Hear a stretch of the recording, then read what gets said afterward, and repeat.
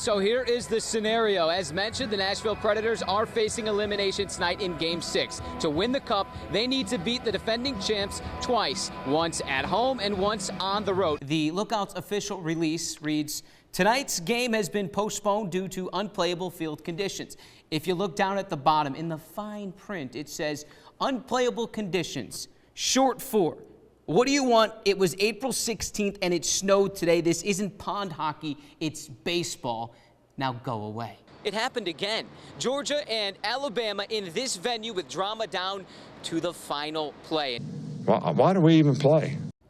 Like many in the media, we've been waiting a long time for Nick Saban to ask us a question we could answer. Why do we even play? The question. Alex, who is Herm Edwards? You play to win the game. Can Chattanooga, can Red Bank claim a Super Bowl championship? I think we can. I think we can.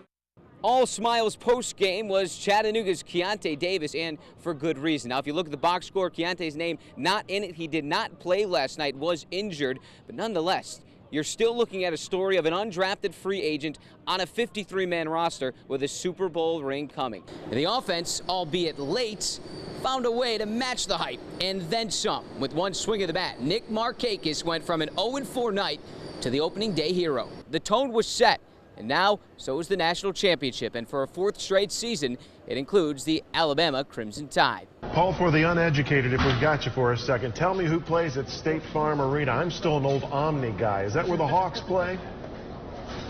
That is, yes, indeed where the Atlanta Hawks play, and you are not the only one still calling it its former name. Oh, thank you. Okay, good deal. I don't feel quite as old. The Nashville Predators made their 2018 Stanley Cup playoff debut last night. The big news, they now have a pet catfish. That's him over my shoulder.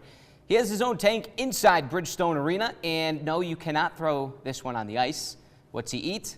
Avalanches, specifically avalanches from Colorado. So if you live in Alabama and you're not attending that game, Smart Money says you'll be at a wedding this weekend because both Alabama and Auburn have bye weeks. To mix it up with some pros, get some autographs, catch some passes like little Gronk over here. You ready?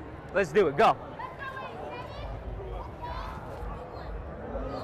That's on me. I let little Gronk down, but I'll tell you what, so today's all about the fan experience. He caught that one, I promise. Yesterday was all about the high school player experience, and not just any high school player, only 15 schools invited here by the NFL. Ridgeland and Southeast Whitfield were two of those schools. Media Day starts for Ben Bovick and myself just a few minutes inside State Farm Arena, the home of the Hawks. So we're going to go talk to Keontae. How's that sound? I'm pumped. Let's go do it. Live from Atlanta, Super Bowl 53 coverage continues later tonight at 11. A sack. Saints win. Von Bell got home. Von Bell got home all right. Lower in the boom on Cam Newton. Just one of many memorable moments produced by New Orleans Saints safety Von Bell. Ridgeland grad, Ohio State national champion, and he is, yes, live in the studio with us right now. First and foremost, Von, what's it like taking Cam Newton down? He's a big guy, hey. Never have I ever seen this. Brentwood's Wade Williams doinks one off his receiver's head and softly into the hands of another receiver in the end zone. You know you're running bad when stuff like that starts happening. The oop from JBC, crushed. 2 on for guess who? More like guess why. Why are they still pitching to him? Acuna, deep to right, his 8th home run in 8 games. And then Boris, oh no, Boris the baseline, the hammer. Julio Teheran, no real issues, just this issue. There it is, there it goes. Odubel Herrera crushing it. 6'11" with breakaway speed. Get it? Got it. Toyo had 17, the Mocs by 10. This has been a long way coming. So happy. I finally get to play at college. Congratulations, man. Thank you. There was not a dry eye in the place. Those tears weren't tears of pain or worry. The time for that was 8 months prior, when Red Bank's Keontae Davis tore his ACL. And as quick as his senior season ended, so did the recruiting calls from all but one school, his hometown Chattanooga Mocs. Just having somebody caring about him when everybody else kind of fell by the wayside once they found out he was hurt. I finally get to play at college. I know how much hard work I put in, and to be able to move on to the next level, everything just came out that day. Turns out it wasn't the last time Keontae would watch the next level shy away.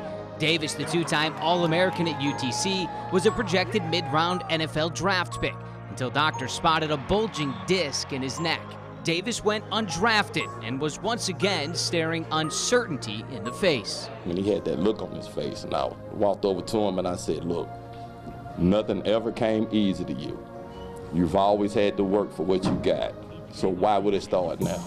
I want it bad, man. So Keontae did what he always did. He went back to work. Luckily, I had the support of my family, my coaches, my teachers, and so many other people. It didn't let me hit rock bottom, never let me hit rock bottom. Signing with the New England Patriots as an undrafted free agent, working his way onto the 53-man roster and into Super Bowl 53. I knew all those people had my back, and I couldn't let them down. I didn't, and I've been striving ever since then. Me and him often talk about David and Goliath because we feel like his story is like that.